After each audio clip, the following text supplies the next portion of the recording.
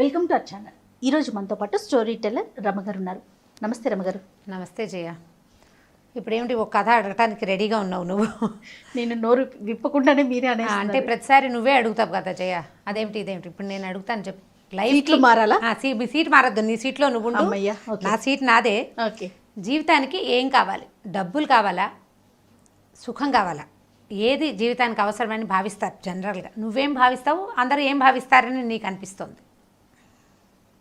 ప్రశాంతత కావాలేమో అనిపిస్తుందండి నాకు. అంటే ప్రశాంతత, డబ్బులు రిలేటెడ్ ప్రశాంతత, లేకపోతే ఎంజాయ్మెంట్, అంటే మన హాయిగా ఉండటానికి ఉండే ప్రశాంతత, మనం ఎంజాయ్ చేయాలి కదా. అన్నీ మిక్స్ అవ్వాలి కదా రమగారు. డబ్బులతో కూడినా లేకుంటే ఎంజాయ్మెంట్తో కూడినా ఏదేమైనా అల్టిమేట్గా ప్రశాంతత, మనసు శాంతిగా. అమ్మయ్య, బాగున్నా. అంటే ఇప్పుడు ప్రశాంతత అనేది వ్యక్తుల మనసుకి సంబంధించింది. అది వాడికే అర్థమవుతుంది కానీ పక్కవాడికి అర్థం కాదు. పక్క వాళ్ళకి ఎట్లా అర్థమవుతుంది? మనం కూల్గా ఉంటాం, ఎలాంటి ఇబ్బందుల్లో అయినా కొంతమంది కూల్గా ఉంటారు. అది లోకానికి అర్థమయ్యేది కాదు. అంతే. నేను హాయిగా ప్రశాంతంగా ఉన్నానంటే ఇదేంటి వీడికి ఇన్ని కష్టాలు ఉన్నాయి అయినా ప్రశాంతత అంటున్నాడు అనిపిస్తుంది. మనస్తత్వాన్ని బట్టి ప్రశాంతత లేకపోవటము అంటే శాంతిగా ఉండటం ఉండకపోవటం అనేది మెంటాలిటీస్ మీద డిపెండ్ అయి ఉంటుంది. మీరు బయట వాళ్ళకి అర్థం కాదు అంటే ఒక విషయం గుర్తొచ్చింది. మాలాగా అంటే నాలాగా మేకప్ వేసుకునే మా ఆర్టిస్టులందరికీ కూడా ఇది ఒక చిన్న సమస్య రమ్మగారు. ప్రతి జీవితంలో ఎన్నో ఒడిదుడుకులు ఉంటాయి, కష్ట నష్టాలు ఉంటాయి, సంసారంలో ఎన్నో బాధలు ఉంటాయి. అయినా కూడా మేకప్ వేసుకునేసరికి బయట వాళ్ళకి ఏం కనిపించదు. అదే వీళ్ళకేంటి అదే అలాగే అనిపిస్తుంది అని అనిపిస్తుంది. అదే వీళ్ళు బాగున్నారని తోస్తుంది. అంటే దాన్ని మనసులో ఉన్న బాధ కనిపించదు. మెయిన్ కప్పేది మేకప్, అది కప్పేస్తుంది, మనకు కనపడదు. ఇప్పుడు మన దైనందిన జీవితంలో రోజువారీ మనం హాయిగా ఉన్నాము అనేది ఎదుటివాడికి అర్థమయ్యే విధానం కొంత ఉంటుంది. అది మన డబ్బులో కానీ మన ఎంజాయ్మెంట్లో కానీ తెలియాలి. అయితే డబ్బా ఎంజాయ్మెంటా, డబ్బా మనం హాయిగా ఉండటమా అనే దాని మీద మంచి మంచి కథలు ఉన్నాయి జయ మన దగ్గర. చాలా మంచి కథలు ఉన్నాయి. అసలు కథలు ఇలాంటి వాటి మీద ఉంటాయా అని అదే ఆలోచిస్తున్నాను. ఉన్నాయి మంచి కథలు ఉన్నాయి. అయితే ఇప్పుడు మనకి బృహత్ కథల నుంచి ఒక మంచి కథ చెప్తాం. ఓకే. ఒక యశోవర్మ అని ఒక అతను ఉండేవాడు. ఈ యశోవర్మ ఏంటంటే వాళ్ళ నాన్న వాళ్ళు కాస్త ఆస్తిపాస్తి అన్నీ ఇచ్చారు. అయితే ఇతను కొద్దిగా ఫ్రెండ్స్ ఎక్కువ, స్నేహాలతోటి పెళ్లి చేసుకున్నాడు. కానీ అంటే పాతకాలపు కథల్లో ఏముంది, చిన్నప్పుడే పెళ్ళిళ్ళు అయిపోతాయి. ఇతనికి 14 ఏళ్ళు ఉండగానే వాళ్ళ నాన్న పెళ్లి చేశాడు ఓ చిన్న పిల్లని చూసి. పెళ్ళి అయింది. కానీ కొంతకాలం తర్వాత భార్య గర్భవతి అయింది. ఓ కొడుకో కూతురు పుట్టారు. పిల్లవాడు పోయాడు, తల్లి మరణించింది. ఇతను కొన్నాళ్ళు విరాగిగా మారతాడు. అంటే దాన్ని ఏమంటారు, శ్మశాన వైరాగ్యం, ప్రసూతి వైరాగ్యం అని మనుషులకు 2 వైరాగ్యాలు ఉంటాయి ప్రతి వాడికి చిన్నపిల్లల నుంచి పెద్దవాళ్ళ దాకా జయ. ఎప్పుడు శ్మశాన వైరాగ్యం విన్నాను, ఇంకొకటి ప్రసూతి వైరాగ్యం కూడా ఉంటుంది చెప్తాను. డెలివరీ శ్మశాన వైరాగ్యం అంటే ఇప్పుడు మనం ఎవరైనా పోయినప్పుడు మనకేమనిపిస్తుంది, జీవితం క్షణభంగురంగా తోస్తుంది. ఎంత బుద్భుతప్రాయం జీవితం, క్షణాల్లో వెళ్ళిపోతాం. పొద్దున బాగానే ఉన్నాడు, సడన్గా పోయాడు. మన జీవితం ఏమవుతుందో అని మనకి జీవితం మీద ఒక నిర్వేదం ఏర్పడుతుంది. అది ఎప్పటిదాకా చుట్టుపక్కల ఉన్నంత వరకు, లేదా దాన్ని మన అంటే ఇప్పుడు వాళ్ళు మన క్లోజ్ రిలేషన్స్ మన వాళ్ళేననుకో కొంత టైం తీసుకుంటుంది. మనం బయట నుంచి చూసేటప్పుడు ఆ అట్మాస్ఫియర్ నుంచి మారేదాకా మనకి ఆ ప్యాథస్, ఆ మరణపు తాలూకు వైరాగ్యం అలా ఉంటాయి. శ్మశాన వైరాగ్యం అంటారు. శ్మశానం వెళ్ళొచ్చినప్పుడు కూడా అలాగే అనిపిస్తుంది. ఎలా చూడు పొద్దుడు దాకా బాగున్న కట్టె ఎలా కాలిపోయింది, ఇంతే కదా, రేపు నేను ఇంతే, ఇంకేముంది జీవితం, ఈ పిచ్చెందుకు, ఈ భ్రమ ఎందుకు అని ఇలాంటి ఎన్ని వైరాగ్యపు మాటలు వస్తాయో. ఇంటికి వెళ్ళి కాళ్ళు చేతులు కడుక్కుని లేదా స్నానం చేసి భోజనం చేసి పడుకుని నిద్రపోయి తెల్లారు లేచేసరికి మళ్ళీ యథాప్రకారం పిల్ల మేక కొంపగోడు భార్యాభర్త ఈ గోలల్లోకే మళ్ళీ ప్రపంచంలోకి వెళ్ళిపోతాం. నిన్నటిది తెల్లవారేసరికి శ్మశాన వైరాగ్యం. పెద్దవాళ్ళు అంటారు కదా, మరుపు మానవ సహజం అంటే. మరి ఇంకా రోజు గడిస్తే ఇంకేముంది కదా, తెల్లవారితే రెండే కదా, చాలా సహజంగా.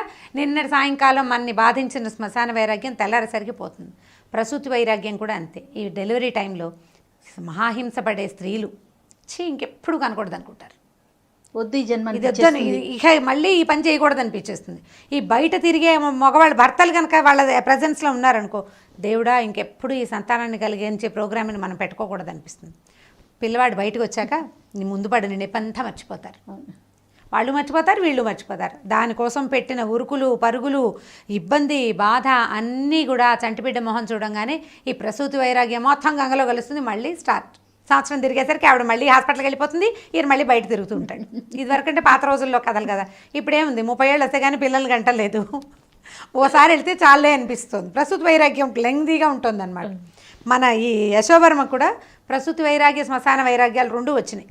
అయ్యో. దాంతో చాలా కాలం అతను డల్గా ఉండిపోయాడు. ఈ ఉండి ఏం చేశాడంటే ఫ్రెండ్స్ తోటి ఎంజాయ్ చేయటం మొదలుపెట్టాడు. చేయగా ఆస్తంతా కరిపి, అంటే ఏం లేదు, ఎక్కడో చోటుగా మర్చిపోవడానికి కోసం అని చేసే ప్రయత్నంలో భాగంగా ఆ ఊరు ఈ ఊరు, ఆ గుడి ఈ గుడి, 2-3 ఫ్రెండ్స్ని వేసుకుని తిరిగి ఏముంది, ఒకళ్ళు వెళ్తే 100 రూపాయలు ఖర్చు, ముగ్గురు వెళ్తే 300 కాదు 500-600 అవుతుంది కదా. ముగ్గురికి పెద్ద రూమ్ కావాలి, బోల్డన్ ఉంటాయి వ్యవహారాలు. ఈ ఒకటే అయితే ఏ పంచపరుచుకుని ఏ అరుగు మీదో పడుకుంటాడు. అలా జరగల. ఇతను 5-6 వెంటేసుకెళ్ళి డబ్బు బాగా ఖర్చు పెట్టేశాడు. మొత్తం డబ్బు అయిపోయేసరికల్లా ఇతను బికారి అయిపోయాడు.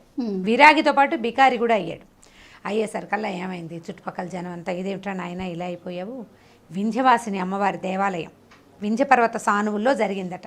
అమ్మవారు కొండ మీద ఉంటుంది, ప్రార్థించు, ఏదైనా మంచి ప్రార్థన చేసి ఈ దిక్కుమాల జీవితం నుంచి చేయి, అంటే మంచి దాంట్లోకి వెళ్ళాలి నువ్వు అని బాగా బోధించారు.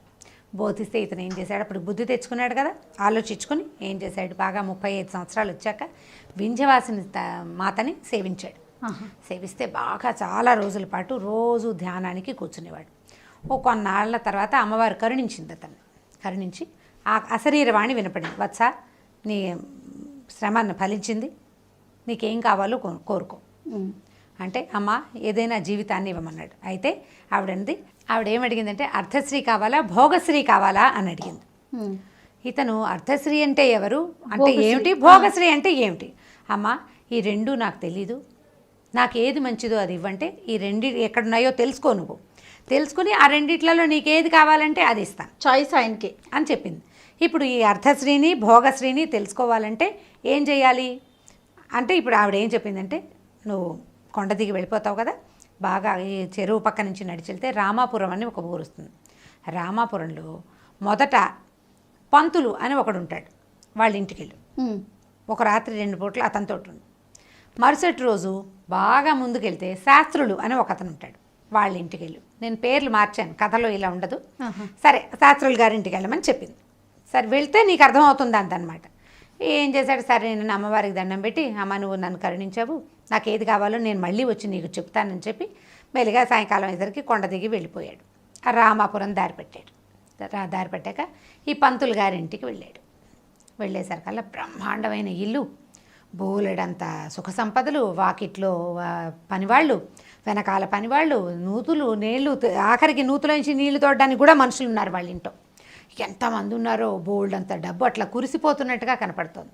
పంతులు గారి వైభోగము అర్థశ్రీ వీళ్ళ దగ్గరే ఉంది. అర్థము అంటే డబ్బు అని అర్థం. సరే అక్కడి నుంచి ఈ అర్థశ్రీ ఉన్న ఇంట్లోకి ప్రవేశించాడు మన యశోవర్మ. ఆయనకి అయ్యా 2 రోజులు మీదే ఉండటానికి వచ్చానంటే నాకు ఆశ్రయం ఇవ్వండి అంటే ఉంచుకున్నాడు. సరే చీకటి పడింది, రాత్రి అవుతోంది కదా, సరే కాళ్ళు కడుక్కొని అయినా భోజనం చేద్దు కానన్నారు. భోజనం చేస్తాం కానంటే ఈయన సహపంక్తిని భోజనాన్ని కూర్చున్నారు. వీడికి ఏదో కూర పప్పు చారు అవి ఇవి రాత్రిపూట వడ్డించే పదార్థాలు వడ్డించారు. ఆ పంతులు గారి విస్తట్లో అంత నెయ్యి, ఆ మాత్రం ఉప్పుడు పిండి వడ్డించారు. ఉప్పుడు పిండి అంటే బియ్యపు రవ్వని పచనం చేస్తే, అంటే నీళ్ళు పోసి జీలకర్ర వేస్తారు, కొద్దిగా ఉప్పేసి దాంట్లో ఈ పిండి పోస్తారు. ఉప్మా లాంటిది, ఏమి గిరమాత ఏమి ఉండదు, కేవలం ఒక చుక్క నేతిలో ఇంత జీలకర్ర, తర్వాత ఏమో కరివేపాకు వేస్తారు వాసన రావడానికి, చిటికెడు ఇంగు వేసి నీళ్ళు పోసి రవ్వ పోసేస్తారు. సెమీ ఉప్మా. ఓకే, అంటే ఏ హంగులు లేని సాదా ఉప్మా, బియ్యపు రవ్వ ఉప్మా అనమాట. అంతే పిండి. ఈ పిండి గొంతు దిగదు, దానికి అనుపానంగా చక్కటి పచ్చడి, కాస్తంత నెయ్యి, బెల్లం ముక్క అలా ఉంటే బాగుంటుంది. చారు పోసుకున్నా కూడా బాగుంటుంది. ఈయన దగ్గర ఏమీ లేవు, ఇంత నెయ్యి వేసారు, అంత ముద్ద. ఆయన చస్తూ బతుకుతూ దేవుడా రాముడా అని ఎలాగోలాగా తిన్నాడు. అది తినలేకపోతున్నాడు. మంచినీళ్ళు పోసుకుని ఎట్లాగో మింగాడు. అయ్యో ఇదేమిటయ్యా, నాకు కూర పప్పు వేశారు, మీరు ఇలా తింటున్నారంటే ఇదే అరగటం కష్టం రా నాయన, నాకు ఇది కూడా నాకు అరగదన్నాడు. సరే ఇద్దరు పడుకున్నారు. ఈయన ఈ పంతులు గారికి ఏంటంటే ఆయన అతిథి దేవోభవ అనే దాన్ని బాగా పాటిస్తాడనమాట. వచ్చిన అతిథులతో, ఆయన పెద్దవాడు 50 ఏళ్ళు ఉంటాయి, అతిథికి భోజనం పెట్టిన తర్వాత తన పక్కనే మంచం వేయించాడు. ఇద్దరు కలిసి పడుకున్నారు. పడుకుంటే ఈ యశోవర్మకి ఒక పెద్ద బ్రహ్మాండంగా కల వచ్చింది. ఏమొచ్చిందంటే ఆ కల్లో ఈ పక్కనే భోజనం చేసి పడుకున్నాడే పంతులు గారిని 4 యమకింకర్లు లాంటి వాళ్ళు దుడ్డు కర్రలు పుచ్చుకుని చిత కొట్టేస్తున్నారు. కల్లో చిత కొట్టి బాగా తెగ తిన్నావు, అదంతా ఎక్కడికి వెళ్తుంది, తీ బయటికని కొడుతున్నారు. ఆ కొడుతూ వాళ్ళల్లో ఒకడు ఆయన గొంతులోంచి చేయి పెట్టి అతను తిన్న ఆహారాన్ని తీసి బయటపడేస్తున్నట్టుగా కల వచ్చింది. పీడకల, ఒక వికృతమైన కళ కదా. తను అడిలిపోయాడు. కళ్ళు తెరిచి చూసేసరికల్లా ఈ పక్కనున్న పంతులు గారు హిషో అని నీరసంగా మంచం మీద కూర్చుంటున్నాడు. అయ్యగారు ఎక్కడికి వెళ్ళారండి అని అడిగాడు. అడిగితే వాంతి అయిపోయింది నాయన, కడుపులో ఈమడ్లా రాత్రి తిన్నది అన్నాడు. ఆయన తిన్నదేమిటి? ఇంత పిండి, ఇంత నెయ్యి, అందులో ఉప్పు లేదు, కారం లేదు, ఓ మసాలా లేదు. ఏ పదార్థం ఈయనకి ఈమడక ఆయన వాంతి చేసుకున్నాడో వీడికి అర్థం కాలేదు. అప్పుడు తెల్లవారాక ఆయనకి ఏమనిపిస్తుంటే బ్రహ్మాండమైన ఇల్లు, బోల్డు డబ్బు, వంటలు చేసి పెట్టడానికి 3-4 కుటుంబాల వాళ్ళు ఉన్నారు ఆ ఇంట్లో. పక్కన వంట వాళ్ళకి, పని వాళ్ళకి అన్ని ఇళ్ళు చిన్నవి వంట వాళ్ళు ఉన్నారు. పెద్ద గాథ నిండా ధాన్యపు రాసుంది, మినపప్పు, పెసరపప్పు అన్నీ ఎండలో పోసి కనపడుతున్నాయి. ఎన్ని వస్తువులు! ఆ ఇంట్లో పిచ్చుకలు ఉన్నాయి, రామచిలుకలు ఉన్నాయి, కుక్కలు, పిల్లులు, బయట అసలు ఆవులు, గేదెలు ఎన్నున్నాయో అవన్నీ ఉండి వీడు గుప్పెడు పిండి కూడా, అంటే అన్నం తింటే అరగదని పిండి తింటే అది కూడా అరగని దుస్థితి వీడిది. ఈ అర్ధశ్రీ ఎందుకు? తినడానికి పనికిరానిది, శుద్ధ వేస్ట్ కదా. సరే వీడికి లాభం లేదు, ఆయన్ని చూద్దాం, ఆయన సంగతి ఏమిటో చూద్దామని ఈయన్ని వదిలిపెట్టి, అయ్యా వెళ్ళొస్తానండి, ఆరోగ్యం అది జాగ్రత్తగా చూసుకోండి అంటే, ఏం ఆరోగ్యాన్ని ఆయన 20 ఏళ్ళుగా నా పరిస్థితి ఇదేనన్నాడు. అంతకుముందు ఆయన బతికేముంది? 20 ఏళ్ళ నుంచి ఇదే పరిస్థితి. మీకు డబ్బులు ఎప్పుడు కలిసి వచ్చాయండి అంటే 20 ఏళ్ల నాడే డబ్బు కలిసి వచ్చింది. 20 ఏళ్ల నుంచి ఇదే పరిస్థితి, ఇంతే తింటాడు. అది కూడా తెల్లారేసరికి పొట్టలో ఇమడదు. ఆయన అనారోగ్యంగా దేవుడా రాముడా అని ఉంటాడు. ఎంత డబ్బు వచ్చి పడిపోతుంది డబ్బు, ఏ ప్రయోజనము లేదు. ఆహారానికే పనికిరాని డబ్బు ఎందుకు, వేస్ట్ కదా. సరే ఇక్కడి నుంచి వెళ్ళాడు. బాగా నడిచి సాయంకాలానికి మన శాస్త్రులు గారి ఇల్లు చేరాడు. ఇది పర్వాలేదు, ఒక మాదిరి ఇల్లు, కళ్ళగా చక్కగా బాగుంది. ఓ 2 ఆవులు 2 దూడలు కట్టేస్తున్నాయి. ధాన్యపు గాదెలు వాళ్ళ ఇంట్లో చూసినట్టుగా అంతంత లేవు, కానీ ఒక మాదిరి ధాన్యపు గాదె. తర్వాత ఏమో కాస్త నీళ్లు తోడుకోవడానికి ఓ బావి, ఒకళ్ళు 2 పనివాళ్ళు ఉన్నారు కాస్త సాయం చేయడానికి. ఆ రోజుల్లో ఉండేవాళ్ళు కొద్దిగా మోతుబరి అంటే ఓ 2 పనివాళ్ళు ఉండేవాళ్ళు. ఓ 2 కుటుంబాల వాళ్ళు ఈ పెద్ద కుటుంబం మీద ఆధారపడి బతికేవాళ్ళు అనమాట. సరే వెళ్ళాడు ఆ పంతులు గారు శాస్త్రులు గారి ఇంట్లోకి. నమస్కారం అండి, నేను ఏదో ఫలానా ఊరి నుంచి వచ్చాను, ఈ పూట ఆతిథ్యం ఇస్తారని వచ్చానంటే రమ్మన్నాడు ఆయన. రమ్మన్నాక సరే కాసేపు ఏదో పిచ్చాపాటి మాట్లాడుకున్నారు. బయట నుంచి ఎవరో ఓ బుట్టలో మామిడి పళ్ళు పట్టుకొచ్చి ఇచ్చారు. ఎవరో తెచ్చిచ్చారు మామిడి పళ్ళు. ఊళ్ళల్లో అలా జరుగుతూ ఉంటాయి కదా. చక్కగా ఈయన కేకేశాడు, ఏమే ఓ మామిడి పళ్ళు ఎవరో తెచ్చిచ్చారు చూడు అంటే, ఆవిడ చక్కగా చెక్కులు అవి తీసి ముక్కలు తరిగి పెట్టి పళ్ళెంలో పెట్టి ఇద్దరి మధ్య పెట్టింది. చెరు అన్నీ మామిడి పళ్ళు తిన్నారు. మీకు తోట ఉందండి అని అడిగాడు ఇతను. తోట దుడ్డే మనకేముంది బాబు, ఏమీ లేదు, ఎవరో స్నేహితులు పంపించారు. తోటలు దొడ్లు ఉంటేనే వస్తాయి ఆ మామిడి పళ్ళు, ఎవరైనా స్నేహితులు ఇచ్చినా వస్తాయి కదా. మామిడి పళ్ళు తిన్నారు. అక్కడి నుంచి ఇంకొక అరగంట గడిచింది. భోజనం ఏదో వంట నడుస్తోంది లోపల. ఒక 5-6 మనుషులు గబగబా వచ్చారు ఆ ఇంట్లోకి. ఇవి వచ్చిన వాళ్ళు ఏం చేశారు, అందులో ఇచ్చిన 2 స్త్రీలేమో వంటకు సహాయం చేయడానికి వంటింట్లోకి వెళ్ళిపోయారు ఏవో వస్తువులు పుచ్చుకొని. మగవాళ్ళు 2-3 వీళ్ళ దగ్గర కూర్చున్నారు. కూర్చుని ఆ జేబులోంచి కొంత డబ్బులు తీసి ఈ శాస్త్రులు గారి చేతిలో పెట్టారు. అయ్యా ఈ డబ్బు ఉంచండి, ఈ డబ్బులు ఉంచండి, మీరు కాశీ వెళ్తామన్నారు కదా అక్కడ వాడుకోండి, నాకు కూడా కాశీ జలం కాస్త గంగజలం కొంత మాకు కూడా పట్టుకురండి అని డబ్బులు చేతిలో పెట్టారు.